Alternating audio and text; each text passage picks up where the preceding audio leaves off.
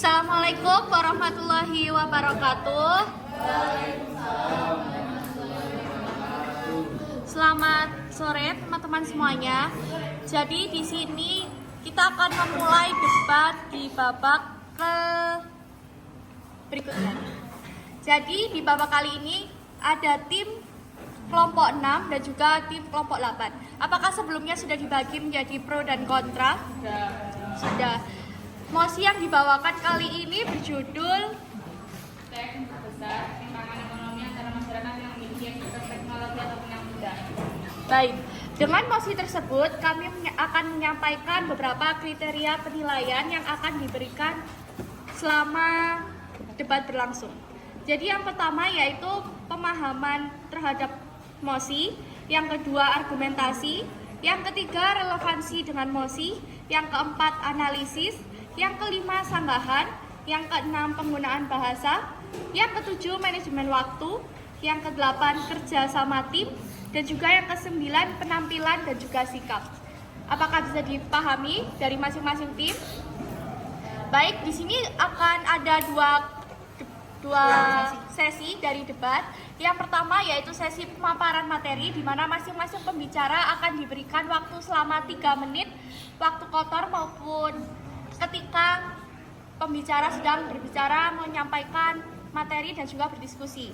Kemudian sesi kedua yaitu sesi tanya jawab yang akan diberikan pertanyaan dari audiens. Langsung saja kita menuju ke sesi yang pertama. Tim pro-nya yang mana?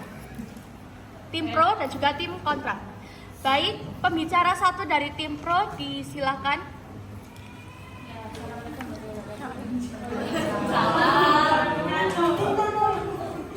Saya Faiza Ramdhania yang mewakili dari pihak pro, yaitu kami sebagai pihak pro sangatlah menyetujui apabila teknik terbesar ketimpangan ekonomi antara masyarakat yang memiliki akses teknologi ataupun yang tidak. Karena hal ini ditunjukkan pada data di mana banyaknya pengaruh dalam kehidupan masyarakat yang kita rasakan berdampak satu sama lain. Seperti contoh dalam hal ekonomi. Dalam hal ekonomi itu masyarakat kelas atas sebenarnya akan lebih bijak menggunakan teknologi ya. Sebenarnya kita lebih seperti memperluas income, juga memperluas relasi, dan juga ada ekspor atau impor di luar negeri. Itu juga untuk bisnis. Lalu juga berbeda dengan kelas menengah ke bawah. Kelas menengah ke bawah ini mereka yang masih dapat kita katakan dapat menggunakan perkembangan ini secara lambat atau kurang atau kita katakan dapat menggunakan perkembangan ini secara maksimal. Jadi mereka tidak dapat berkembang dengan cepat untuk mengikutinya. Hal ini dikarenakan adanya pengaruh dari pendidikan dan juga kehidupan sosial yang membuat masyarakat tersebut sulit untuk menggunakan iptek sebaik-baiknya. Mulai dari keterbatasan dana, akses pendidikan, dan juga memiliki data memadai untuk dikembangkan menjadi income. Seperti itu kita juga mempunyai data kebutuhan argumen kita sebagai pihak pro. Dilansir dari pendapatan rata-rata di kawasan Asia yang dapat kita katakan sebagai pendapatan rendah, yaitu 50%. Sedangkan di kawasan Amerika Serikat yang memiliki pendapatan tinggi yaitu sekitar 315%. Dan juga kita juga dapat mempunyai Undang-Undang Dasar 33 Pasal 1. Setiap perekonomian nasional didasari atas demokrasi yang berprinsip efisiensi, berkeadilan, berkelanjutan, berwawasan lingkungan, dan juga kemandirian serta dengan menjaga kesatuan dan kemajuan ekonomi nasional. Apakah sudah cukup dari tim pro? Sudah. Baik, selanjutnya disilakan untuk pembicara pertama dari tim kontra untuk memaparkan materinya. Waktu 3 menit dimulai dari sekarang. Baik, perkenalkan nama saya Renata Pratiwi. Saya mewakili dari pihak kontra. Jadi di sini namanya yaitu teknologi memperburuk ketimpangan ekonomi antara masyarakat yang tidak memiliki akses dan yang tidak memiliki. Jadi dari kelompok pro tadi kan menyetujui dengan adanya teknologi ini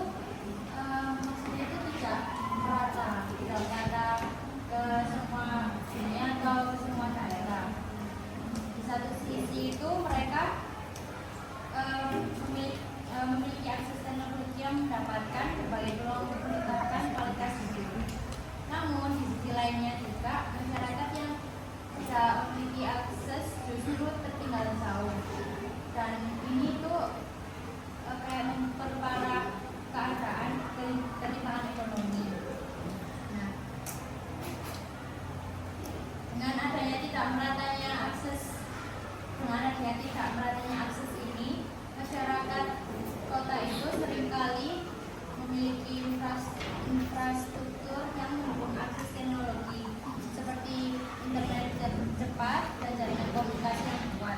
Namun pada masyarakat di pedesaan atau daerah yang masih terpencil masih kesulitan mendapatkan internet yang memadai atau bahkan listrik yang stabil.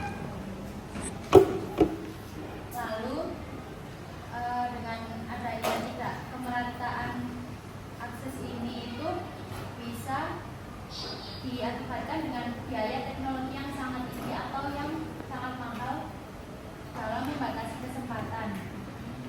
Kayak misalnya harga seperti perangkat laptop, HP, dan biaya bulanan seperti kayak membeli kuota, terus membeli listrik untuk mengecas perangkat itu, sebagian besar masyarakat berpenghasilan rendah ini membuat banyak orang sulit memanfaatkan teknologi untuk pendidikan atau usaha yang seharusnya bisa membantu mereka berkembang secara ekonomi.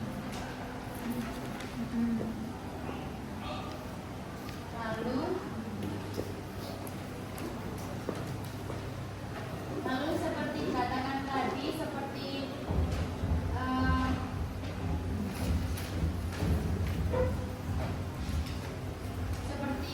memperluas relasi atau bisnis itu bagi masyarakat yang tidak memiliki perangkat ini, mereka itu kehilangan kesempatan untuk mengembangkan usaha kecil mereka. Seperti misalnya mereka ingin membuat usaha online, mereka tidak punya perangkat itu, namun mereka itu bingung mau menguploadnya di mana. Kan zaman sekarang itu mau usaha online itu bisa. Waktu sudah habis dari pembicara satu tim kontra. Selanjutnya disilakan bagi pembicara dua tim pro untuk memberikan sanggahan atau menyampaikan argumen pendukung. Waktu 3 menit mulai dari sekarang. Baik, saya selaku dari pembicara dua akan menanggapi akan menanggapi pernyataan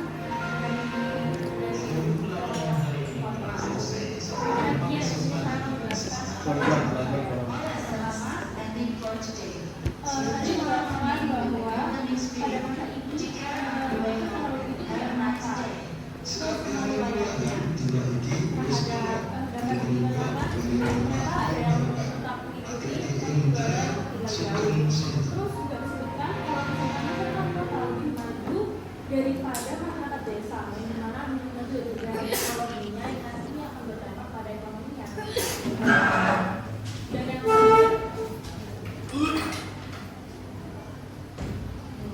terakhir masyarakat dari dan yang terakhir disebutkan juga apabila kalau misalkan dari yang masyarakat dapat mengaksesnya itu, masyarakat dapat lebih mudah dalam mengakses dan juga dapat lebih banyak kesempatannya daripada masyarakat yang tidak dapat aksesnya. Yang saya pertanyakan di sini adalah apakah kelompok kontra ini mendukung atau tidak? Karena dari beberapa pernyataan tadi terlihat bahwa kelompok kontra mendukung pernyataan dari kelompok kami yang kelompok pro, di mana kami menjelaskan bahwa ditujukan kalau misalkan pengaruh dari ketimpangan masyarakat ataupun adanya ketimpangan yang tidak merata ini dapat mempengaruhi masyarakat satu sama lain. Yang kedua, masyarakat mengaku bahwa khususnya semakin mengumpul, semakin menajam ke bawah. Tidak seperti yang dikatakan oleh kontra, begitu. Jadi di sini kami mempertanyakan apakah kontra ini mendukung atau tidak, karena sesuai dengan data yang kami dapatkan barusan, ternyata kontra ini sependapat dengan kami tidak melanggar apa yang dan pernyataannya tidak berbanding terbalik dengan kami, atau pernyataannya sama saja dengan apa yang kami sampaikan. Baik, terima kasih pembicara dua dari tim pro. Selanjutnya silahkan ditanggapi sanggahan ataupun penguatan argumen dari tim waktu 3 menit dimulai dari sekarang.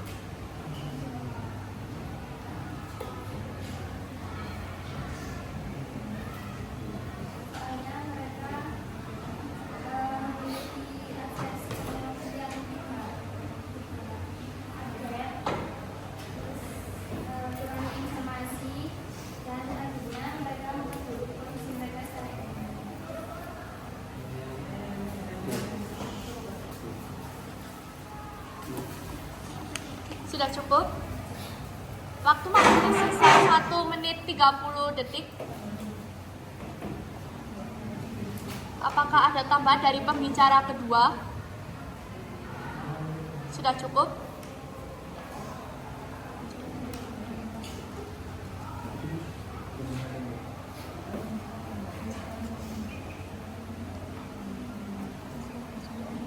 Masih ada 1 menit lagi untuk pembicara kedua. Sudah cukup. Baik, selanjutnya kami persilakan untuk pembicara ketiga dari tim pro menanggapi ataupun memberikan sanggahan terhadap pernyataan dari pembicara di tim kontra. Waktu 3 menit mulai dari sekarang.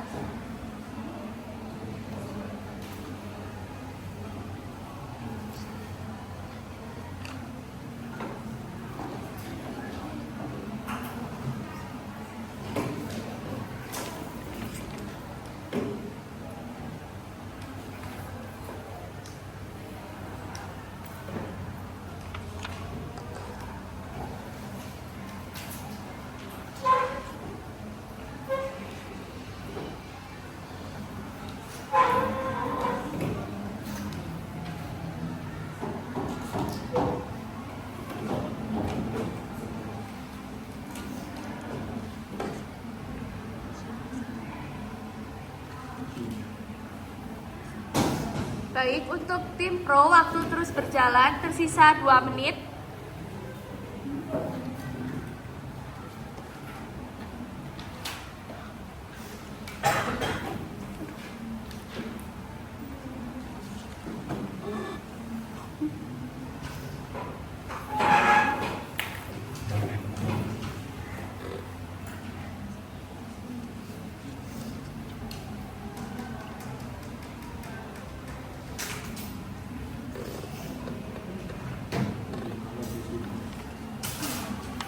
Waktu tersisa 1 menit 30 detik, tim pro. Pulang saja sudah. Pulang saja. Pulang masa di rumah. Kami dari tim pro sangat kurang paham tentang penjelasan di tim kontra. Karena di tim pro sendiri sangat mendukung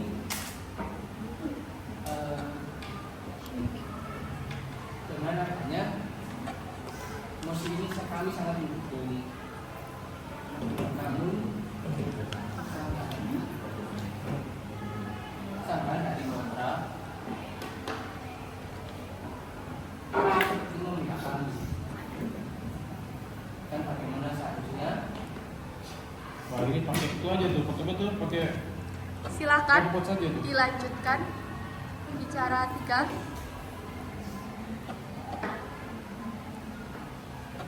Dan apakah ada kaitannya dari pihak kontra sendiri di Indonesia? Sudah cukup dari pembicara 3. Baik, selanjutnya dipersilakan untuk pembicara ketiga dari tim kontra untuk menanggapi pernyataan dari pembicara 3 tim pro. Ya, saya dari apa itu? Dari tim kontra yang ketiga, saya tidak setuju dengan adanya dengan jawaban saudara tadi. Pertama, saya dengan argumen saya sendiri yang pertama, penyebab tidak merata akses teknologi berdasarkan wilayah. Satu, infrastruktur yang belum memadai. Itu seperti di wilayah perkotaan yang padat pendudukan karena dianggap lebih menguntungkan secara ekonomi. Tetapi di daerah pedesaan atau terpencil pembangunan infrastruktur seringkali tidak dianggap mendesak, sehingga jaringan internet lambat atau bahkan tidak ada. Itu yang pertama. Yang kedua, keterbatasan anggaran daerah, yang sehingga pembangunan infrastruktur teknologi menjadi hal sekunder. Selain itu, biaya pembangunan infrastruktur teknologi di daerah terpencil seperti di pegunungan atau pulau-pulau kecil jauh lebih tinggi daripada di perkotaan. Akibatnya banyak daerah yang tidak mampu membangun jaringan internet dan fasilitas teknologi lainnya.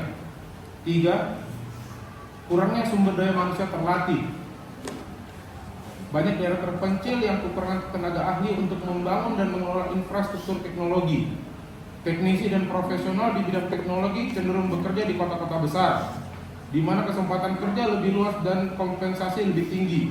Akibatnya meskipun ada dana atau keinginan untuk membangun infrastruktur teknologi di daerah, kurangnya tenaga terampil menjadi hambatan terbesar. Keempat, biaya teknologi yang tinggi untuk masyarakat lokal, terutama di desa-desa dan daerah terpencil. Perangkat teknologi seperti laptop dan smartphone masih dianggap barang mahal dan tidak terjangkau bagi sebagian besar penduduk. Belum lagi biaya berlangganan internet bulanan seperti paket data, pulsa, itu sangat mahal di daerah terpencil karena susahnya biaya teknologi di sana. Kelima, prioritas pemerintah yang belum merata. Dan di sana itu di daerah-daerah terpencil atau di pulau, prioritas ke warga-warga yang kecil dan warga-warga yang kecil dibanding dengan warga-warga yang di kota sana, dia lebih mementingkan kota daripada desa. Terima kasih. Cukup. Baik, Izin menambahkan. mohon maaf untuk menambahkannya bisa di sesi kedua ya. Jadi terima kasih kepada tim pro dan juga tim kontra sudah melewati debat babak pertama. Selanjutnya akan dilanjutkan ke debat sesi kedua. Apakah ada pertanyaan dari audiens? Ya, bertanya satu. Ya, baik, silakan Adinda. Baik, saya ingin bertanya,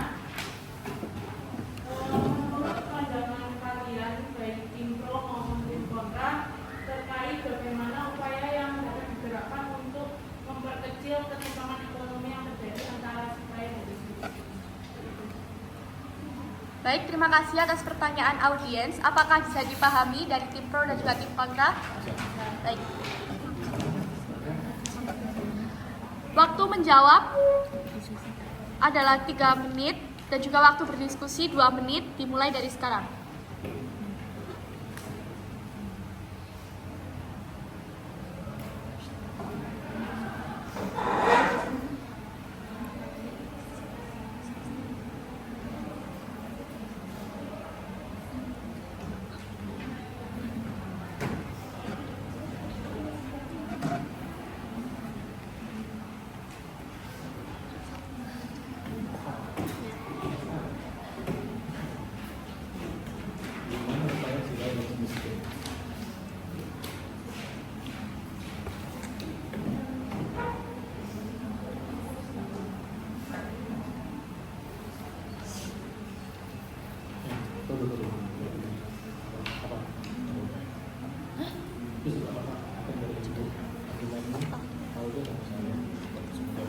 Berapa menit?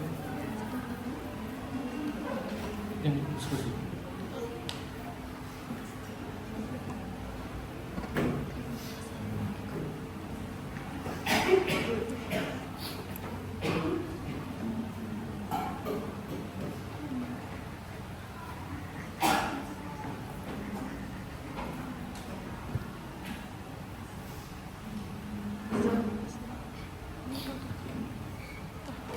Baik, waktu berdiskusi sudah selesai.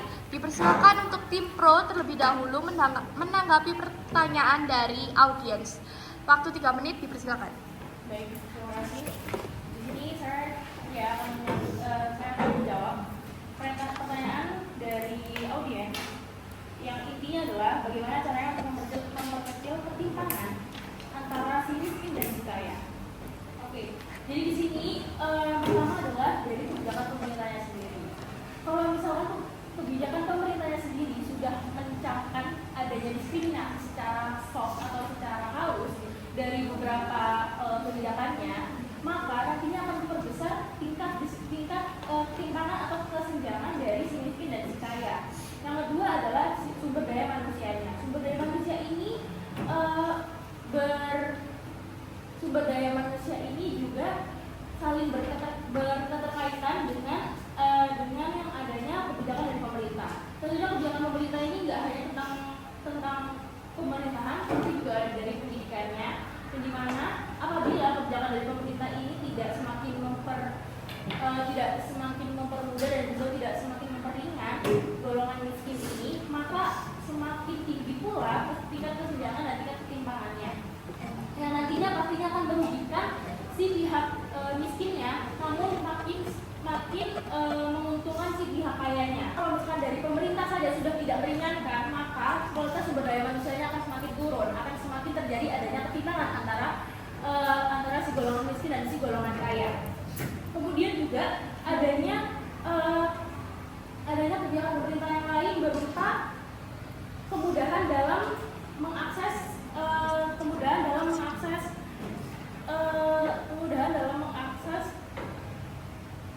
lowongan pekerjaannya.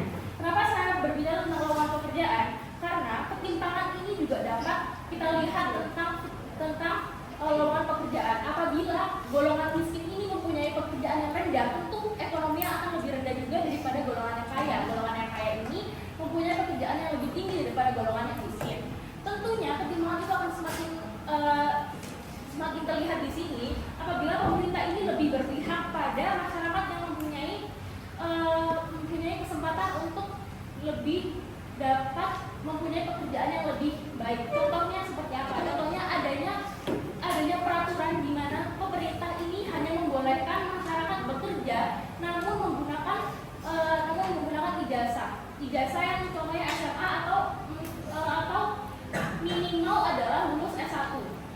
Di situ masyarakat yang tentunya susah untuk mengakses pendidikan, dia akan kesusahan untuk mencari lowongan pekerjaan, di mana maka masyarakat akan memilih pekerjaan yang lebih rendah agar dapat lebih mudah ini lebih mudah untuk mendapatkan ekonomi, untuk menaikkan ekonominya, dan juga lebih mudah dalam mendapatkan kesetaraan. Baik, terima kasih untuk tim pro atas jawabannya, dan juga izin menyampaikan bahwa di sesi kali ini bisa dilakukan interupsi apabila ada pernyataan dari tim lawan yang tidak sesuai dengan pernyataan dari masing-masing tim. Selanjutnya dipersilakan kepada tim kontra untuk menjawab waktu 3 menit. Baik, menurut saya dari tim kontra itu, jadi apakah dari tim pro itu solusinya sudah tepat atau tidak? Soalnya dari tadi itu kayak mengandalkan kebijakan pemerintah, sedangkan kita tidak selalu harus mengandalkan kebijakan pemerintah. Karena apa? Karena kita sudah bisa lihat dong dari kenyataannya bagaimana pemerintah itu cuma ngomong doang dan nyanyi doang, tapi kan hasilnya nggak ada gitu. Lalu dari lowongan pekerjaan zaman sekarang saja itu yang dikatakan tadi, lowongan pekerjaan itu harus lulus SMA atau lulusan sarjana atau S1 kan.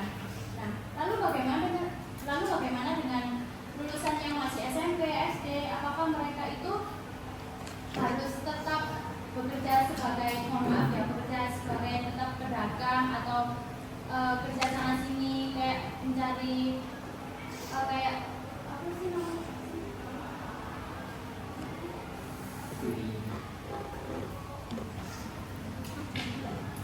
Pekerjaan yang kayak pantang-pantung gitu deh intinya. Lalu zaman sekarang saja dengan persyaratan tersebut banyak sekali anak-anak muda zaman sekarang itu yang banyak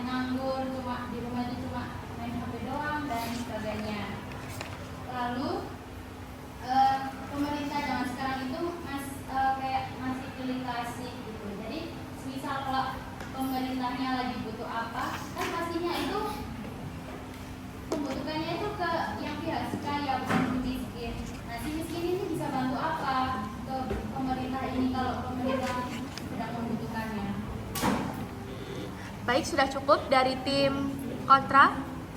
Selanjutnya, apakah ada sanggahan dari tim pro mengenai pernyataan Saya ini? ingin menyanggah satu pernyataan yang sempat saya jawab tadi tentang lowongan pekerjaan. Kami di sini mengatakan bahwa kenapa lowongan pekerjaan ini perlu kita garis bawahi karena pemerintah ini seperti disebutkan diindikasi. Ya, maka kami sangat setuju kalau misalkan ITEK itu sangat mempertebal adanya ketidakseimbangan atau memperbesar ketimpangan ekonomi antara masyarakat yang miskin atau masyarakat yang memiliki akses teknologi dan yang tidak. Masyarakat yang memiliki akses teknologi maka tentunya akan mendapatkan pekerjaan yang lebih mudah. Ya, yang pertama. Yang kedua, masyarakat yang tidak memiliki akses teknologi maka dia akan lebih susah mendapatkan pekerjaan. Dilihat dari lowongan pekerjaan. Lowongan pekerjaan sekarang, mereka sekarang sudah bisa mengakses lewat media sosial, LinkedIn ataupun media sosial lainnya.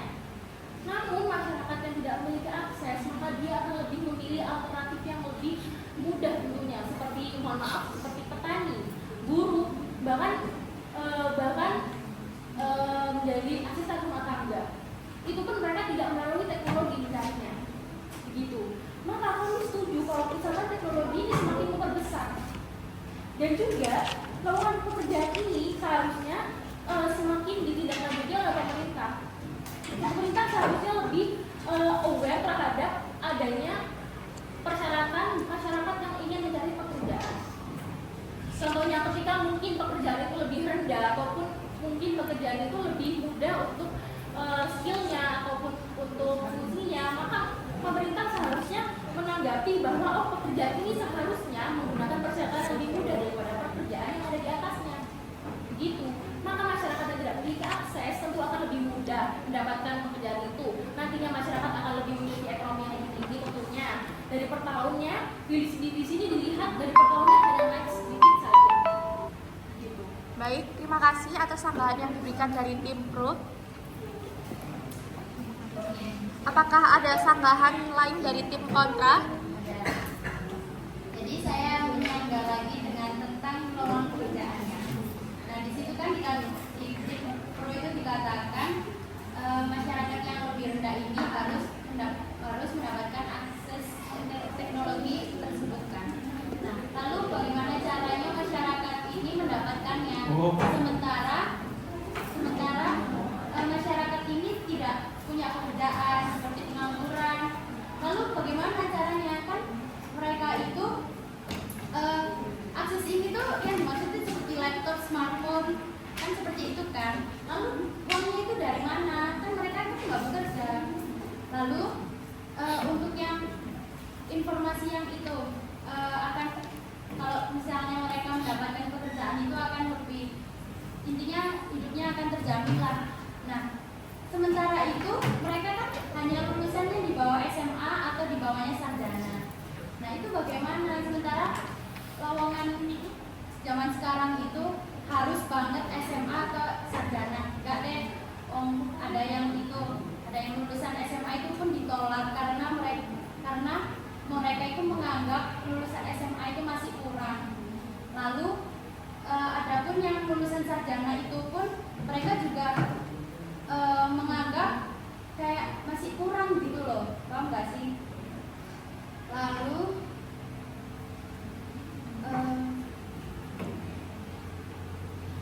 lalu mereka yang tidak memiliki akses teknologi ini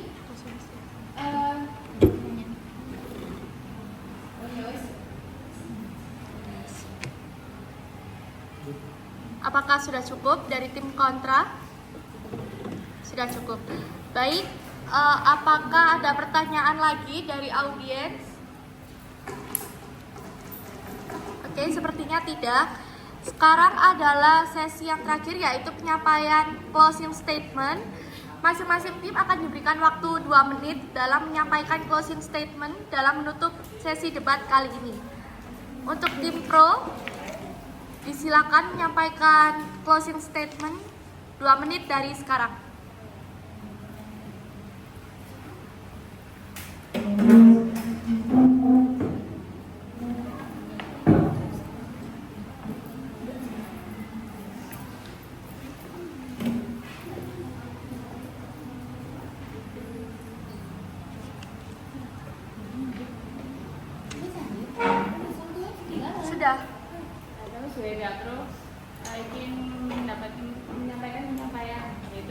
dapat disimpulkan bahwa banyak dari masyarakat kita yang masih tidak dapat mengerti bagaimana mengelola perkembangan yang ada di antar dunia, terlebih untuk mengenai perkembangan iptek di bidang ketimpangan ekonomi ini. Saya izin menambahkan. Gantian sana juga. Yang belum ngomong. Ya kan saya Baik, bisa dilanjutkan. Di sini saya menambahkan pembicara satu yang dimana pembicara satu telah menyampaikan dapat kita simpulkan bahwa banyak dari masyarakat kita yang masih tidak mampu ya dari adanya ketimpangan ini. Saya bacakan sekali lagi judulnya, iptek memperbesar ketimpangan ekonomi antara masyarakat yang memiliki akses teknologi dan yang tidak memiliki akses teknologi. Ya. Jadi kami sangat-sangat setuju dengan adanya judul ini ataupun mosi kita hari ini, karena masyarakat yang tidak memiliki akses ini tentunya akan berada di bawah atau merasa sangat dirugikan ya, karena ketika masyarakat tidak memiliki akses iptek atau akses teknologi ini, maka masyarakat akan kesusahan dalam mencari atau dalam meningkatkan perekonomiannya.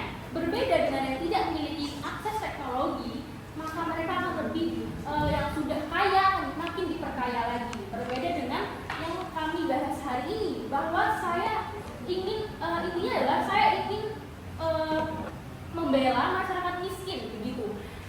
Bahwa kalau misalkan akses teknologi ini dapat dimeratakan lagi, maka ketimpangan yang ada di lapisan masyarakat ini semakin menurun begitu.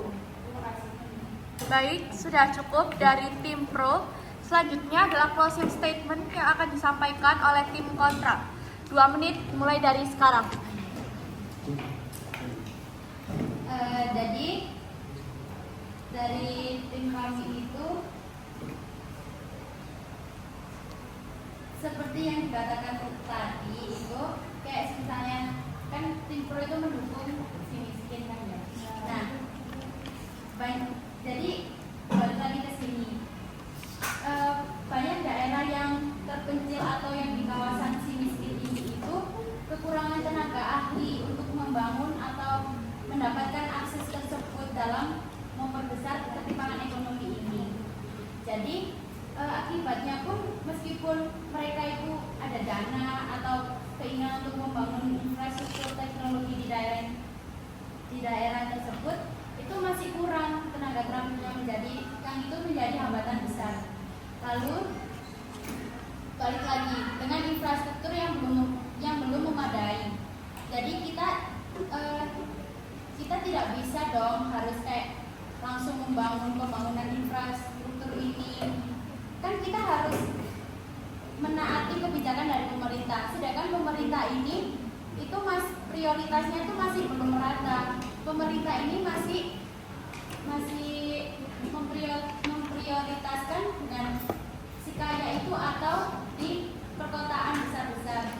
Karena apa? Karena itu tadi pemerintah itu kalau membutuhkan sesuatu atau misalnya dana atau apapun yang mereka ingin kayak meminta sesuatu itu pun kan mereka tidak bisa dong meminta di si miskin ini, kan mereka bisanya hanya minta dengan si kaya ini. Apakah sudah cukup dari tim kontra?